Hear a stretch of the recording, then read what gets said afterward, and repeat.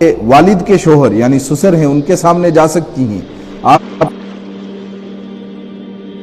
آپ ان کے سامنے جا سکتی ہیں، آپ کے بھائی کے یا بہن کے بیٹے ہیں ان کے سامنے آپ جا سکتے ہیں، ان کے سامنے یعنی بے پردہ جا سکتے ہیں۔ اور بے پردہ قرآن پاک نے کس کو کہا؟ آگے جو لسٹ بیان کی اس سے پہلے کہا کہ اپنی زینت کی جگہوں کو چھپائیں، گویا جن سے نکاح ہو سکتا ہے ان سے پردہ ہے۔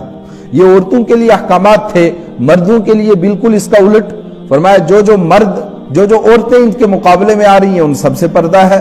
مثلا آپ کی پھوپھی ہے، والد کی بہن ہے، اس سے پردہ نہیں ہے، آپ کی خالہ ہے، آپ کی والدہ کی بہن ہے، اس سے پردہ نہیں ہے، لیکن اس کے علاوہ چچی اور مامی وہ باہر سے آئی ہوئی ہیں، آپ کے لیے غیر محرم ہیں، ان سے آپ کو پردہ کرنا ہے۔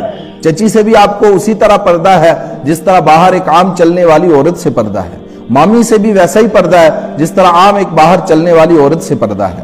آپ کو یہ پردے کے احکامات دیے، کیوں دیے؟ فرمایا معاشرے کو پاک کرنا ہے، ایک ڈسپلن کریٹ ہوگا، کچھ بندشیں لگیں گی، کچھ پابندیاں لگیں گی جس سے انسان سوچے گا نہیں میں کسی کے ماتحت ہوں، میں کوئی زندگی گزار رہا ہوں۔ ایسا نہیں ہے کہ بس جس کا دل چاہا اور جو چاہا دیکھ لیا، جدھر چاہا دیکھ لیا، فرمایا نہیں، پابندیوں میں رہو گے آپ۔ وَلَا يَضْرِبْنَ بِأَرْجُلِهِنَّ لِيُعْلَمَ مَا يُخْفِينَ مِنْ زِينَتِهِنَّ۔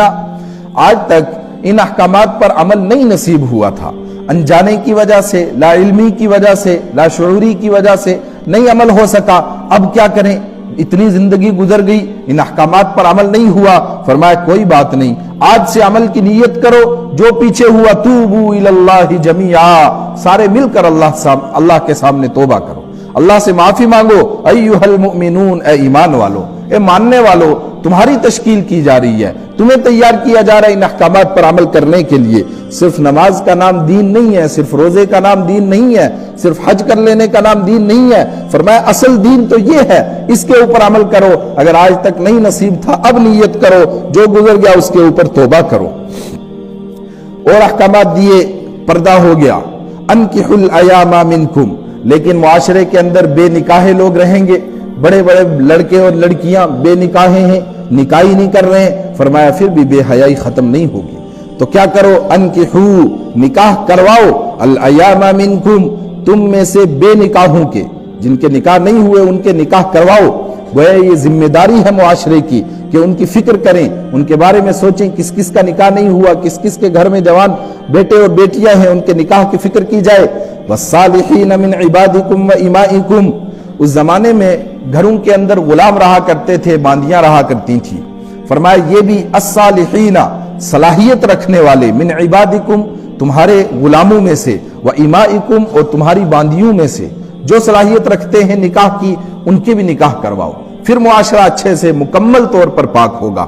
یہ پاکی کے ذریعے ہیں، ان کو اڈاپٹ کرو گے، حاصل کرو گے تو ناپاکی والے ذریعے ختم ہو جائیں گے۔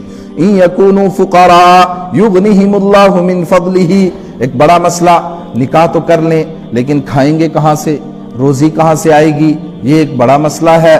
فرمایا ہمارے یہاں کیا کہا جاتا ہے، حضرت مفتی صاحب رحمۃ اللہ علیہ فرماتے تھے کہ کسی کو کہو بیٹے کا نکاح کرو، کہتے ہیں جی ابھی پیروں پر نہیں کھڑا ہوا، تو حضرت فرماتے تھے کہ کیا ابھی سر کے بل چل رہا ہے، وہ پیروں پر نہیں چل رہا ہے؟ پیروں پر ہی تو چل رہا ہے، پیروں پر کھڑا ہونے کا کیا مطلب ہے؟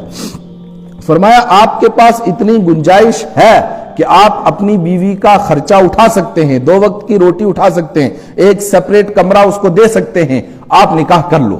ان یکونوا فقراء، اگر تم فقیر ہوں گے، غریب ہوں گے، یغنیہم اللہ من فضلی، اللہ اپنے فضل سے غنی کر دے گا۔ اپنا گھر نہیں ہے، آپ میں اتنی طاقت ہے کہ کرائے کا گھر لے سکتے ہو، لے کر کے نکاح کر لو، اللہ اپنے فضل سے غنی کر دے گا۔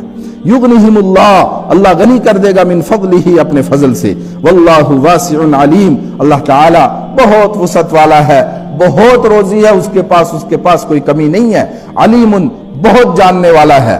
ایک صاحب کا نکاح نہیں ہوا تو اس کو اس کے دوست کسی نے پوچھا کہ آپ نکاح کیوں نہیں کر رہے، نوکری کا انتظار ہے کیا؟ کہا نوکری کا انتظار ہے، مل جائے پھر کریں گے۔ اس نے کہا ہو سکتا ہے نوکری نکاح کا انتظار کر رہی ہو، آپ نکاح کرو، ہو سکتا ہے نوکری بھی مل جائے، برکتیں آتی ہیں۔ واللہ واسع علیم۔ وَلْيَسْتَعْفِفِ الَّذِينَ لَا يَجِدُونَ نِكَاحًا، لیکن کچھ بیچارے جس کے پاس سرے سے کچھ ہے ہی نہیں ہے، بالکل ہی فقیر ہے،